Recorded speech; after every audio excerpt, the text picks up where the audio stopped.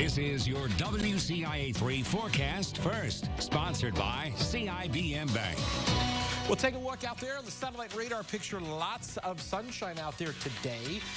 Once again, another very beautiful day, and more of that to come as we go throughout the course of this week. 77 in Champaign, 79 in Springfield, 78 in Effingham. And those temperatures a little bit warmer today than where they have been.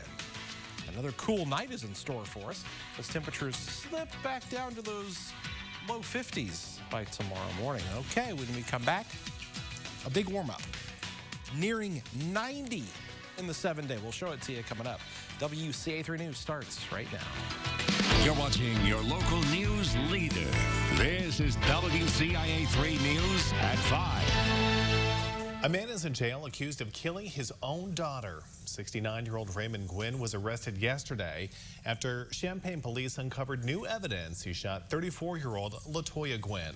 Thanks for joining us tonight. I'm McLeod Hageman. And I'm Jennifer Roscoe. The Champaign County State's Attorney says the crime was recorded. WCIA3 Scarlett O'Hara is live in our newsroom. Scarlett, what can you tell us tonight? State's Attorney Julia Reitz confirmed Raymond Gwynn has been charged with first-degree murder. She says he originally claimed he shot his daughter in self-defense. On July 14th, Raymond Gwynn called 911. He said his daughter Latoya hit him with a hammer, so he shot her in the neck. She was pronounced dead at the hospital. Police took his cell phone as evidence that day and discovered hours of audio recordings on it yesterday, including from the time of the shooting. In the recording, police heard Latoya Gwynn yelling, saying her father hit her with the hammer and said she was going to call police. They say that's when he shot her. Reitz says it's unclear whether Gwynn knew he was recording at the time of the shooting, and if convicted, he faces 45 years to life in prison. Reporting live in the newsroom, Scarlett O'Hara, WCIA3, your local news leader. Scarlett, thank you so much. Following up now on the mother from Clinton who was missing, that case is now officially closed. Clinton police say 32-year-old Juana Arellano has made personal contact with the department to verify her safety and well-being. Arellano left her home in late August. Security camera footage you're watching here from the elementary school caught her running across the lawn.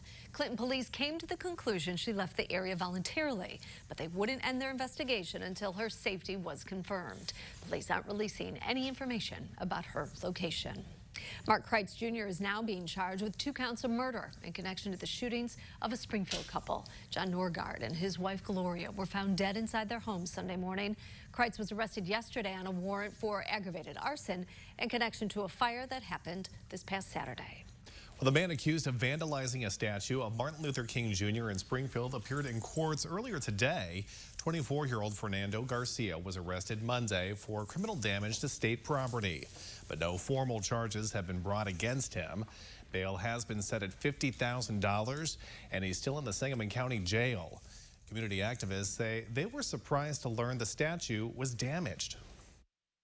I've always felt like Martin Luther King Jr. was one that was universally loved by all races, religions, etc. So it was a shock to me that someone would damage that particular statue. The statue is currently at the Secretary of State's warehouse to review how much damage was in fact caused. The Chief Justice of the Illinois Supreme Court is retiring, and this will lead to even more turnover in the state's highest court ahead of a defining election in November. Our Capitol Bureau Chief Cole Hankey is live in our Capitol newsroom. Cole, Chief Justice Ann Burke had quite the tenure on the court.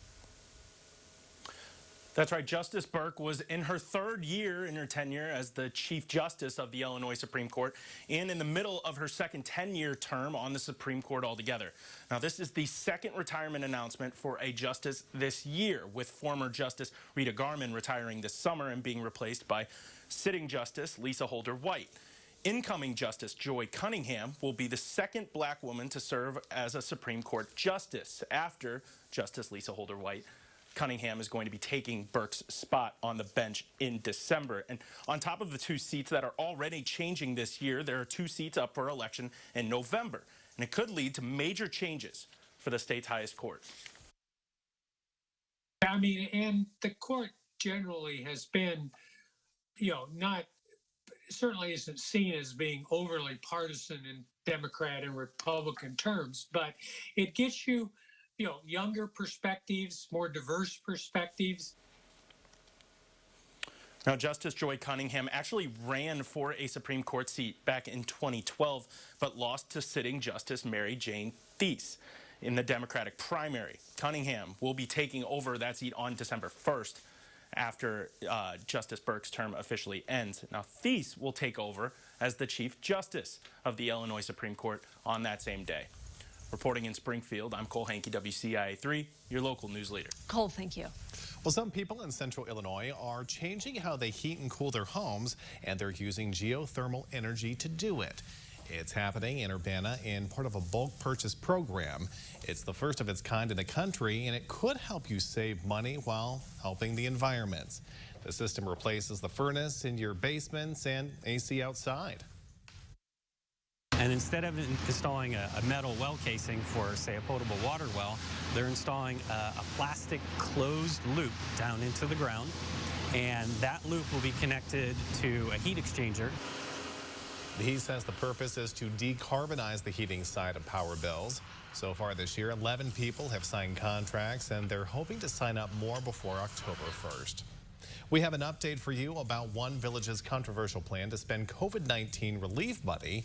Rantoul's Village Board will consider voting tonight to override the mayor. We told you about how every household in the village could get a $300 utility credit. The board voted 5-1 in July to spend a quarter of their ARPA funds on the program.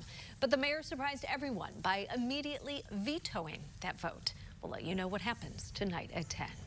College is getting more expensive for parents and students, but where does all that money really go? And this. There are a lot of employers who are interested in trying to help their current employees gain greater skills. A Central Illinois community college is getting millions to put toward a job training program. We're going to break down where it's going.